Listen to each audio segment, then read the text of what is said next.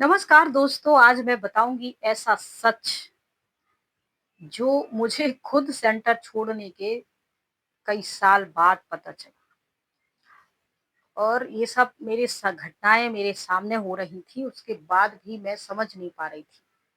क्योंकि मुझे नहीं पता था कि पीरियड जब महिलाओं के नहीं आते हैं, खासकर शादीशुदा महिला जो होती हैं, शादीशुदाएँ महिलाएँ और जब उनका पहला पीरियड मिस होता है शादी के कुछ दिन बाद, तो ये अंदाज़ा लगाया जाता है कि वो शायद प्रेग्नेंट होंगी, जो घर की बड़ी बूढ़े होते हैं। तो ऐसा ही कुछ जब सेंटरों पे दीदियों के पीरियड मिस हो जाते हैं, तो मैं जब छोटी थी शुरुआत में, तो मुझे नहीं पता था कि पीरियड मिस होने का दूसरा एक कारण ये भी हो सकता है। और जब सेंटर पे थे तब तो नहीं पता था, मेरी आँखों के सामने ये सब कुछ हुआ था। जो मेरी दूसरी नंबर की बहन थी शिवानी बहन, उनके साथ ये इंसिडेंट हुआ था और मुझे सच में नहीं पता था कि ये क्या है।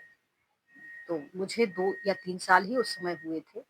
दीदी मेरे से कहती है कि वो उदास रहती है, परेशान रहती है, तुम उसके पास जाओ, उससे पूछो कि क्या बात है। मैं जाती, वो रो रही होगी, वो मेरे से कहती कि वो रो रही होगी, उनको मालूम रहता था कि वो रो रही है। मैं जाती कमरे में, वो चुपचाप बैठी ट्रांस लाइट को देखती रहती थी। मैं कहती थी वो तो ज्ञान योग कर रही है। अभी मुझे नहीं पता था कि उनके दिमाग में क्या चल रहा है और इनको क्या मालूम है और इन दोनों के बीच क्या खिचड़ी पक रही है। वो आपस में ज़्यादा बातचीत नहीं करती थी उस समय। मैं सोचती थी किसी बात को लेके इनका झगड़ा होगा, कभी भी पूछा नहीं हमने कि झगड़ा-वगड़ा नॉर्मल होता है, माताएँ-बहनें होती हैं घर में, होता है नॉर्मल, कोई बड़ी बात नहीं है। उस समय मुझे ये था, मैं बाबा का बाबा मेरा, बस यही कंडीशन थी पूरी टाइम। इसके बाद फिर क्या होता है कि वो मेरे को रोज़ कहती है, जाओ शाम को उसको देखो, वो घंटे भर से वहाँ है, सुबह देखो वो घंटे भर से है। फिर वो धीरे-धीरे जो बैठी रहती थी, टेंशन थी उसे, लेकिन मुझे लग रहा था वो योग कर रही है। लेकिन हमको क्या पता ये योग कहाँ चल रहा है, इनका बुद्धि कहाँ लगी है और क्या इनके दिमाग में, और ये क्या कांड करके यहाँ बैठी हुई है। तो फिर धीरे-धीरे 1 महीना हो गया उनका, पीरियड नहीं आया, 2 हो गए, फिर ये जो इंचार्ज बहन थी, ये मैं बता नहीं सकती हूँ कितनी गई गुजरी बहन थी, सच में अभी भी है वो। वो कहती है उस लड़के से जाके कि तुम इतना-इतना पैसे दो इस कांड का। इनकी ये सारी बात अब मुझे कैसे पता चली, दरअसल क्या होता था कि मैं उनके साथ कभी किसी भाई-बहन से मिलने गई, रक्षाबंधन पे गई, कभी वो लड़का मिल जाता जो सेंटर पे आता, अब नहीं आता। मैं कहती अब क्यों नहीं आते? तो वो भी टाल देता ऐसे, वो भी उदास सा, जैसे सेंटर पे आता था, खुश रहता था, तो वो भी उदास परेशान सा। अब क्या हुआ कि दीदी उससे कहती है पैसे दे दो, तो वो नज़रें झुका लेता, हाँ दे देंगे ऐसे करके वो चला जाता। मैं कहती ये किस बात के पैसे? तो वो कहती है वो गाँव से बहुत सारा गेहूँ आ जाता है ना, तो इतना तो हम खाते नहीं, तो उसको, उसके चाचा को उसको गेहूँ बेचा था और कभी उसको ज़रूरत थी पैसों की, तो हमने कुछ पैसे अपनी तरफ से दिए थे उसे। अभी वो लौटा नहीं रहा है, भूल जाता है और सेंटर भी नहीं आता पैसे देने के चक्कर में। मुझे उस समय नहीं मालूम था कि ये पैसे किस चीज़ के माँगे जा रहे हैं।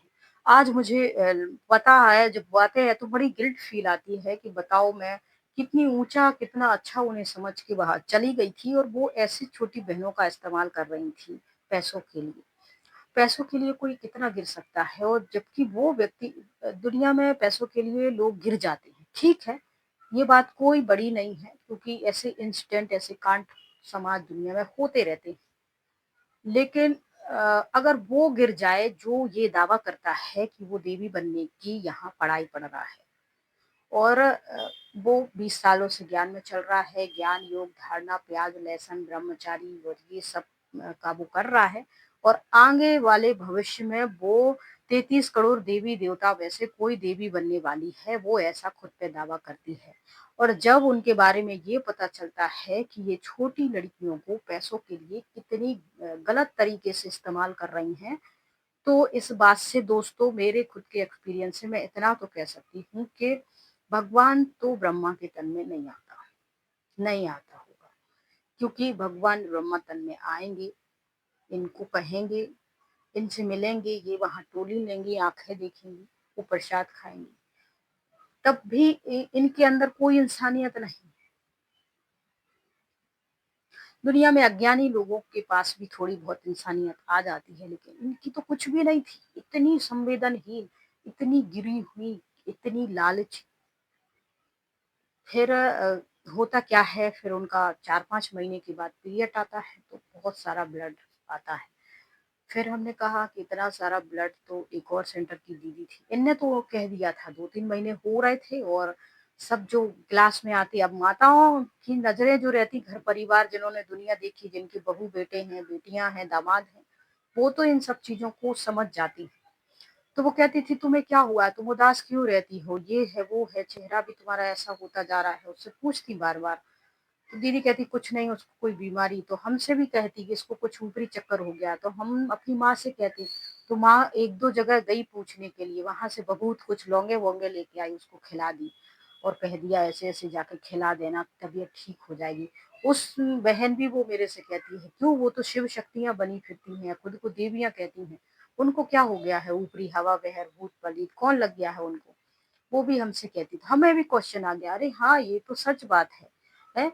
कहीं भी मंदिर होगा देवी देवताओं का, कहीं भी पेड़ लगा होगा पीपल का, बरगद का, और वहां कोई मूर्ति रखी होगी छोटी सी, जो हमने भावना बस रख दी है, उसके आसपास भी कोई बुरा साया, बुरी शक्ति, कोई ऐसी काली शक्ति भटक नहीं पाती। और ये तो दिन रात खुद को आत्माभिमानी बनने की, परमात्मा से शक्ति ले रही हूँ, खुद देवी बनने का दावा कर रही, इनको कोई कैसे काली शक्ति घेर सकती है। तो मेरे मन में भी ये क्वेश्चन आ गया। खैर हमने फिर कुछ नहीं कहा उनसे, हमने डायरेक्टली ये तो कह दिया था कि वो ऐसे बोल रही थी, क्या तुम्हारा ज्ञान योग है, क्या तपस्या है, तो कोई तपस्या नहीं। अभी फिर पीरियड आया उनका 5-6 महीने बाद। तो हमने कहा क्या हुआ इन्हें, दूसरे सेंटर की दीदी आई बीना की, कहती है कि परेशान कर रही हैं, पेर रही हैं, इतने दिन से पीरियड आ नहीं रहा था, कमजोरी हो गई थी, दवाई करवाई है, अब आया है पीरियड। ये बात यहीं खत्म हो जाती है। पीरियड रुक गया है, कमजोरी से भी रुक सकता है, शुरुआत में नहीं आता है। तो ये सब बातें हम सोच दी, छोड़ दी। फिर वक्त गुजरता गया, वक्त गुजरता गया, और ये जो शिवानी है, इसकी जो हरकतें थी वो कुछ ठीक ठाक नहीं थी। वो पिछली वीडियो में भी मैंने बताया था, वो मुझे इधर उधर से गलत तरीके से टच करती थी। मुझे मालूम नहीं था कि बैड टच क्या होता है, गुड टच क्या होता है। तो वो भाई ने तो आना बंद कर दिया था कांड करने के बाद। इनका भी फिर दीदियों ने जैसे तैसे था कर दिया है, और उसी पैसे भी मांगती थी। ये सब उस समय तक मुझे नहीं पता था, लेकिन जब मुझे मालूम चला, मुझे बड़ी गिल्ट फील आती, उन लोगों से नहीं, खुद से, कि मैं क्या, चलो मैं बचा लिया, मैंने खुद को भाग लिया मैंने खुद से, और आज मैं आप लोगों के सामने। तो जो लोग कहते हैं भगवान को तुम पहचान ही नहीं पाई हो, तो मैं उनको इतना ही कहना चाहती हूँ कि भगवान को पहचानने के लिए कोई ऐसे परिवेश की, कोई खान पान की, कोई ऐसी जगह की, कोई प्रॉपर मंत्र पूजा, इन सब की आवश्यकता नहीं होती है। ईश्वर के लिए आप सुबह से उठ के शाम तक कभी भी किसी भी काम में याद कर सकते हैं उनको, ईश्वर मान के, जो आपको आपके परिवार वालों ने बताया है कि ये हमारे इष्ट देवी देवता हैं। आपको अच्छा लगेगा, विश्वास होगा, और वह आपको शक्ति देंगे सब कुछ करने की। तो सेम यही मेरे साथ है। मैं तो शिव की भक्त पहले से ही थी, और जो शिव ये लोग कहते हैं बनाए रहते हैं, उनकी वो तो किस हिसाब से उन्होंने लिया है, इस पर हम बाद में डिस्कस करेंगे कि आखिर उन्होंने शिव को क्यों लिया है परमात्मा के लिए। और दूसरी बात इस पे फिर आगे डिस्कस करेंगे। आज हम बताते हैं कि दीदी कितना गिर गई थी पैसों के लिए, कैसे वो दाव पेच खेल रही थी। और मैं तो इन चंगुल में फंसी नहीं, मेरा मन बहुत साफ सुथरा था। मुझे जैसे ही मुझे तो ये पता था कि जैसे ही मुझे अगर कुछ गड़बड़ मामला लगा, पता चला कुछ उल्टा सीधा, या दीदी ने मेरे साथ कुछ गलत करने की कोशिश करी, मैं तो विरोध कर दूंगी, और मैं तो बता दूंगी सबको कि यहाँ ये सब चल रहा है। तो उस समय फिर ये भी रहता था कि नहीं, मुझे कोई क्या कर रहा है, ये उनका पाप है, अगर मैंने कुछ किसी से कहा तो मुझे भी पाप लगेगा। इन सब में मैं पड़ी रहती थी। तो 2-3 साल तक, 4 साल तक जब मैंने किसी से कुछ बात नहीं करी, तब इन्होंने मेरी बदनामी फैलाना शुरू कर दिया कि वो गलत थी, वो आधी रात के भाग गई थी। और ये जब 1 साल तक दीदी ने मुझे छुपा लिया, देखिए राजनीति कैसी खिल रही थी। उन्होंने कहा किसी से कोई कांटेक्ट नहीं करना, यहाँ चुपचाप रहना, मैं इनडायरेक्टली छुप के तुम्हारी मदद करती रहूंगी, और फिर तुम धीरे धीरे सेट हो जाओगे। और यहाँ जब मैंने किसी से कोई कांटेक्ट नहीं करा, तो इन्होंने, सेंटर वाली दीदी ने बदनामी फैलाना शुरू कर दिया कि वो तो भाग गई है। तो हमारे घर के लोगों को बुला-बुला के कहती तुम्हारी लड़की भाग गई है, वो ऐसी है, वैसी है। दुनिया समाज के, क्लास के, उसकी जो भी जहाँ-जहाँ वो जाती थी क्लास के लिए, वो सब लोग पूछते हैं, बताओ तुम्हारी लड़की कहाँ है? इनको पता था कि मैं कहाँ हूँ, उनको भी पता था। अब ये सब लोग मुझे ऐसे ऐसे तैयार कर रहे थे, ऐसे गाइड कर रहे थे कि ये लोग मुझ पे बहुत बड़ा एहसान कर रहे हैं, मैंने बहुत बड़ा कोई कांड कर दिया है, बहुत बड़ा एहसान कर रहा है, इसलिए ये लोग जैसे चाहेंगे वैसे करेंगे। अब जब शिवानी ने मर्यादा तोड़ी थी तब उनको सबने मिलके बचा लिया।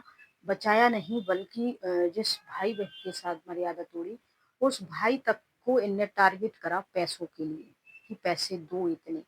अब वो तो बेचारा गरीब-सा था, कहाँ से इतने पैसे देता। फिर मुझे ये बात फिर धीरे-धीरे वक़्त गुज़रा, 4-5 साल गुज़र गए इस बात को उठने के बाद मुझे फिर वही श्याम मुरारी भाई जो कि भिंड मुरैना ओरछा में रहते हैं, जो अभी 80 के लगभग होने को जा रहे होंगे। 16-17 साल के जब वो छोटे कुमार थे तब वो इस संस्था में आ गए थे शुरुआत में। ब्रह्मा बाबा उस समय शायद उस समय कुछ लास्ट का समय ब्रह्मा का चल रहा था संस्थान में, तो वो बताते हैं कि वो भी 1-2 बार उनसे मिले हुए हैं। तो ऐसे थे मतलब उन्होंने बहुत ही गरीबी से और धीरे-धीरे ग्रो करते सब कुछ अपनी आँखों से देखा। वो बिज़नेसमैन हैं और उन्होंने अपनी कमाई उन कुमार रहे, शादी नहीं करी और उन्होंने अपनी कमाई का 75% 80% सब लगाया, सब सेंटरों पे जहाँ भी उनके संबंध संपर्क थे, लगाते थे, मदद करते थे और फ़ॉलो करते थे सब चीज़ों को। उन्होंने ही मुझे बताया